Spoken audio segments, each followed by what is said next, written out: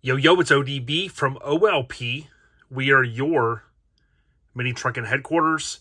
This is August 2006, issue 176. Definitely a lot to talk about. You got Ryan Nelson's 98 Nissan Frontier KingCab. Of course, you got the dragging rolling shot.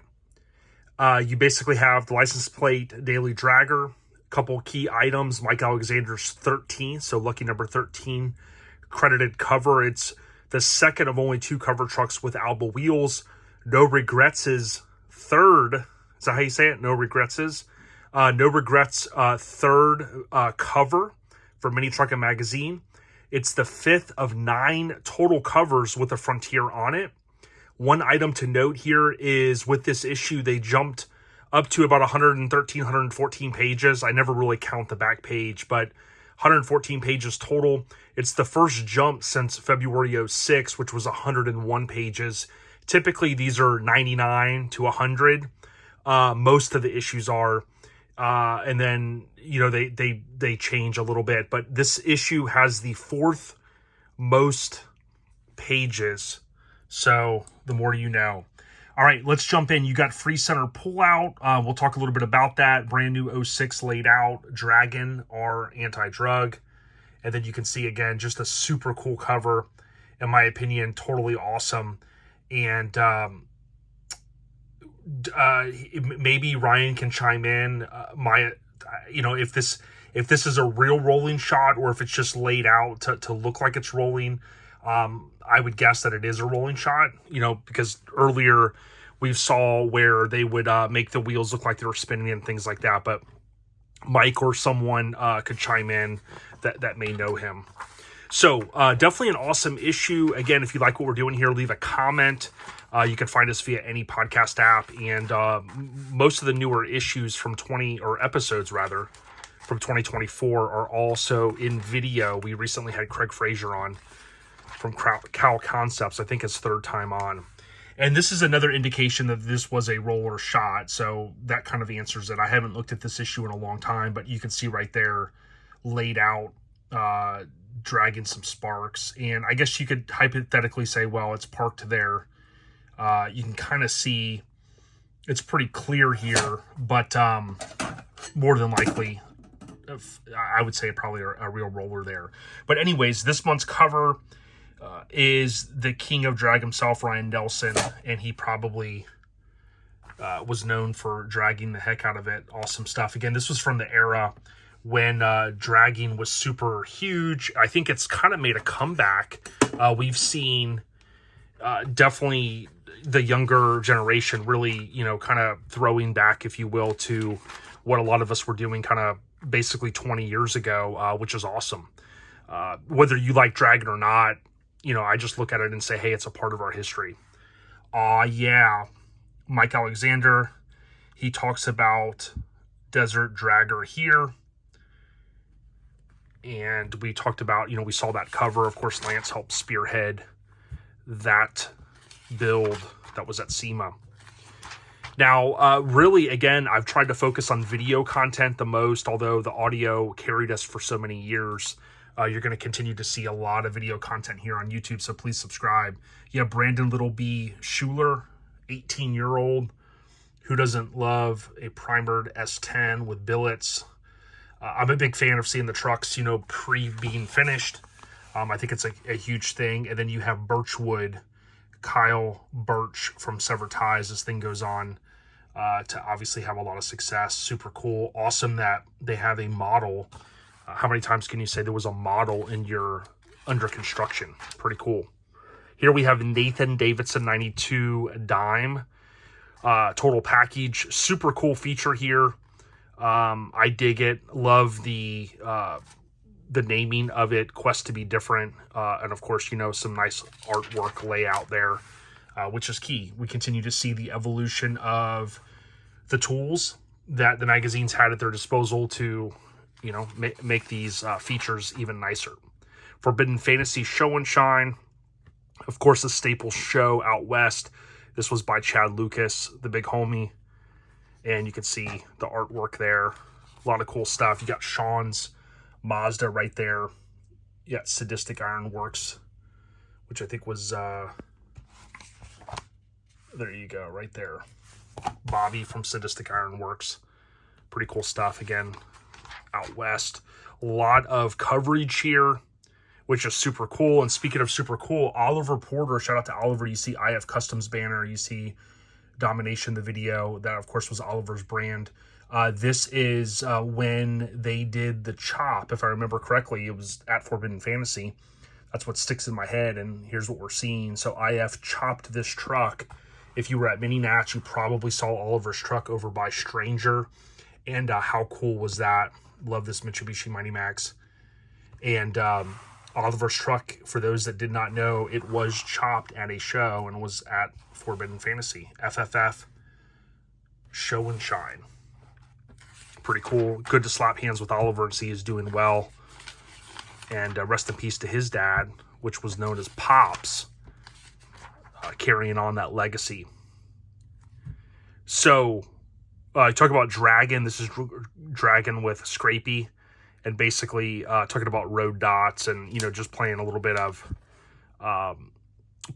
into that. Of course, they talk about some of the future, you know, with this, and, you know, prohibit people from dragging. And then, of course, really laying down some sparks there. What do you think? You know, was the Draggin era, whether it's back or not, was it a good thing? Was it a bad thing? Was it a cool thing to you? What do you think? I'm kind of curious what everybody feels. Colt 97. So here you have Richard Colt Flowers 97 hardbody. Super clean again. It's a little bit different of a layout. Instead of that front 3/4 shot we're so used to, you've got a rear 3/4 shot here with the graphics. Super clean. Hopefully you like what we're doing here. I know I need to get back in the catbird seat. I keep saying that with some of these, but definitely been keeping busy.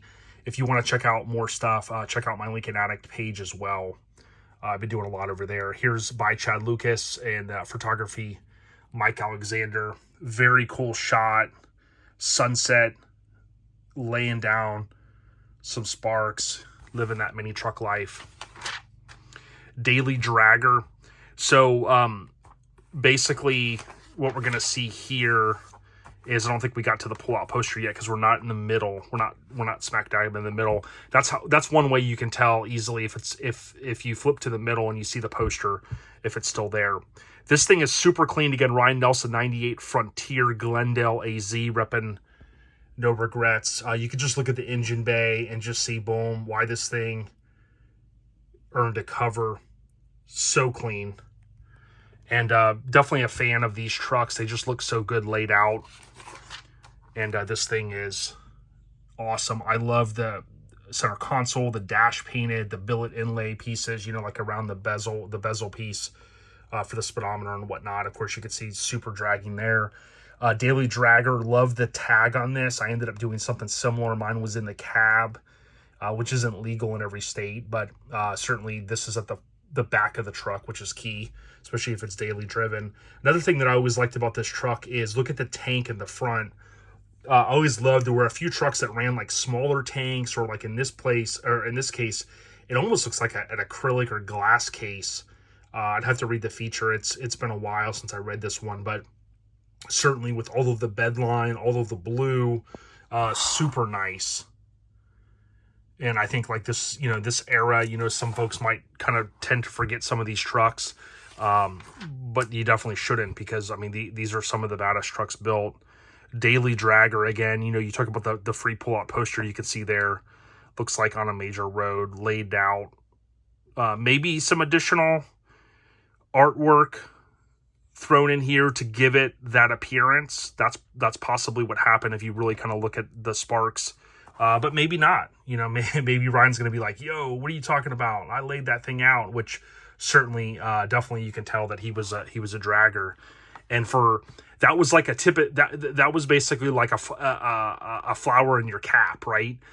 When you had such a nice truck like this and you were still willing to lay it out. So tip of the cap to Ryan. What an insane build. Hopefully that truck's still around. Here's Bring the Noize. Not too long ago, earlier this year, I had a member on from Art of Noise, And we talked about one of their events. Unfortunately, believe it or not, in Arizona, it got rained out and it got pushed back a little bit this year. But definitely always had a lot of respect for those kinfolk out there. They build a lot of cool, nice rides. If you think Art of Noize, I used to go on their old website all the time. It was one that I think is still up, but a lot of history there. First Blood, so you got Bobby at Sadistic Ironworks. I know he was good friends with Mike, probably still is, and Bobby, of course, is building cool stuff. Eric Hanna, 99 S10 from Maryland. Again, different layout here. Rear 3/4 shot in the era where, you know, stereos were kind of big. A lot of kind of chrome and stainless looking on the amps and the speakers and things like that. This one a little bit different. Of course, you've got the diamond plate in the engine bay, wild interior. Definitely a cool truck. Scrape Fest, of course, you think Pebble Pushers, you think North Carolina. I do. And they're still doing the dang thing. Tip of the cap. Always see these guys at different shows. There's Rispoli's old truck, which is now Tim's. And congrats to Tim. He just got patched in Severed, Florida. This thing is super clean. And then, of course, this is still around. This was at Mini Nats. It's pretty awesome to see so many vehicles that have stood the test of time and people have kept them. I always dug this. I don't know that if everybody does on the Tacomas when they would shave this. I kind of liked when they left this. So you had that body line go around. What are your thoughts? I always thought that was pretty cool. Here is the Psycho Pneumatic Colorado that we recently saw. Mini Truckin lifestyle. So if you think about what we do, OLP, our lifestyle, you know, it really dovetails into a lot of stuff that we saw here. If you think about the lifestyle, tattoos is a big part of, you know, truck clubs and sawzalls. This one's pretty advantageous, Mini Truckin. And speaking of that, if you did not know, Mini Truckin magazine is back. You can go to minitruckinmag.net. And I was just emailing with Brant earlier today, still doing the dang thing. Of course, they're doing shirts now. And Brant has been on the podcast from Graphic Disorder. The 10th Annual Hardcore LNO show. Speaking of this, Chicks Ride debuted in 2005. March, I think, at Spring Break Nats, but technically I think a lot of people think of it as a show fest. So it would have been this month, 19 years ago. But this is at LNO. LNO, of course, stands for Larry Neil Oliver. This was a memorial show. He was killed, and his family kept it going for a long time, as did the club Hardcore. There's Mike Hill's Jimmy's Rod and Customs Built Explorer, and then you've got LNO's Larry Neil's family here. If you ever went to the show, you probably saw them. The truck was always on display, and I forget the exact cause, if it was a jacking or something. One of you guys might be, Ed Eister, someone might chime in. But certainly very sad, gone far too soon. Now, I messed this up before and you guys have corrected me. I always want to say Fender Bender Incorporated. That's what I always mess up. It's Fender Bender International, INTL, so FBI. There you go. And this was a staple, of course, in the scene for such a long time. And this was pretty cool that they did this. Phil, he's in Severed, became friends with him, and he's got his own place. God, where's he out in, like, Oklahoma in the middle of nowhere? He's got a super cool YouTube channel. He bags all kinds of stuff. People bring their cars from far and wide. I think up Lincoln from Washington State. But definitely cool to see the behind the scenes stuff. And I kind of love looking back at a lot of this stuff. That's a crazy, I guess, superimposed, right? But it's always cool to kind of see what was in some of the shops and some of the cool stuff, you know, from these different eras. Little time capsule of some images. Draggin Graffiti by Mike Alexander, so pretty cool. Of course, Brant's old truck, Desert Dragger. The Sea of Sparks. Paper cut, so you got Farva with the Blazerado. Mini Market. Riding around, I know I do kind of go through these a little bit quick. You can pause, you can bump up to 4K if you need to, but I'll commit to slowing down, as I've said a little bit here. And I want to try to push through because, you know, Mini Truckin's back 10 years later. And, you know, I'm got to decide if I'm going to go through all of those issues as well. But certainly I got to get through these 269. We're less than 100 left. Back on track. So Chad, ironically enough, just recently, he had been keeping me in the loop, but Chad has a new project, not a mini truck, more of a hot rod. And, you know, he talks about here the full size, which he had purchased and finished. This ended up on the cover of Sport Truck. That was gone. And of course, he was kind of back on track with Bob. This Pathfinder, of course, ends up with a storied history, you know, kind of getting sold multiple times. But Chad's a great guy, and it's cool to see him kind of back in the automotive, excuse me, the automotive scene a little bit. Need some water. Here's MT Graffiti. Good timing to kind of get to the end of this issue. Hard to tell if that's Low Life Mikey there. If you like what we're doing here, again, check us out via any podcast app. And then you've got Ron Perkins's Irregular Cab. This was also on the Courtney Hanson show on the Sunday morning, what is it, Power Block, for those that don't remember that. But there you go, issue 176, August 2006, Ryan Nelson, super awesome truck. The Draggin King, it seems like, from that era. Super awesome. You guys remember this one? Let me know what you think. Stay on the rise. Tip of the cap, no regrets. And all involved with this one. ODB. We out here. Peace.